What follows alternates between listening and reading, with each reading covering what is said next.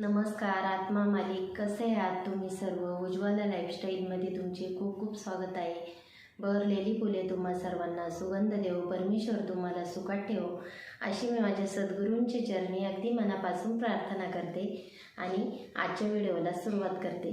8 एप्रिलपासून 12 एप्रिलपर्यंत सद्गुरू माऊलींचा कोकमठाणला चैत्र महोत्सव चालू आहे. तर जे भाविक बाबांच्या दर्शनाला येण्याचा प्रयत्न करावा.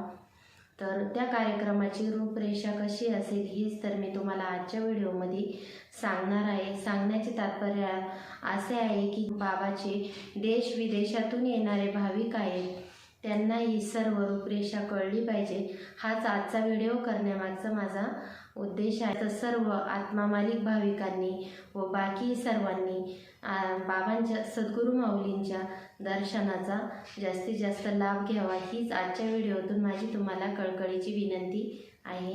आत्मा मालिक 8 एप्रिलपासून ते 12 एप्रिलपर्यंत सद्गुरू माऊलींच्या आश्रमावर आत्मा मालिक चैत्र महोत्सव साजरा होणार आहे.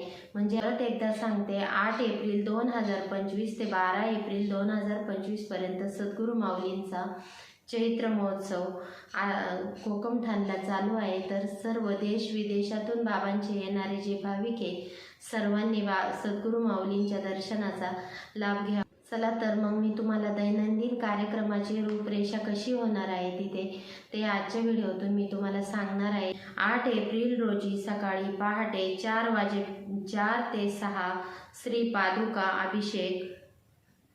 अभिषेक, ध्यान व काकड आरती. त्यानंतर सकाळी 6 ते 7 योग सत्र होणार आहे.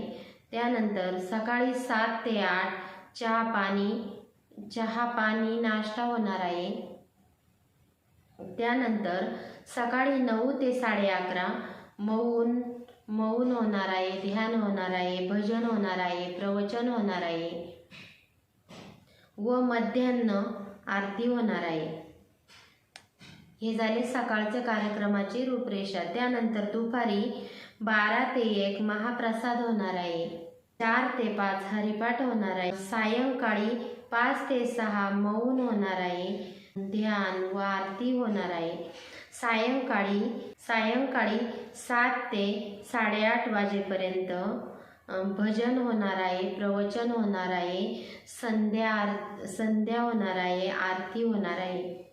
त्यानंतर संध्याकाळी 8:30 ते 9:30 वाजेपर्यंत महाप्रसाद होणार आहे. रात्री 9:30 वाजता महाप्रसादानंतर शेजारती होणार आहे. बाबा अशा प्रकारे कार्यक्रमाची पूर्ण रूपरेषा असणार आहे. आणि सर्वात महत्त्वाची टिप्स म्हणजे पहाटे 3 ते 9 या वेळेमध्ये गुरुयाग विधी संपन्न होणार आहे. तर अशा प्रकारे आत्मा मालिक ध्यानपीठ कोकमठाण, शिर्डी कोपरगाव रोड, तालुका कोपरगाव, जिल्हा अहमदनगर असे जिथे आपले सद्गुरू माऊली असतात ते ठिकाण कोकमठाण. सर्व भाविक चौदसच्या सत्संगाचा लाभ घ्यायला येतच असतात.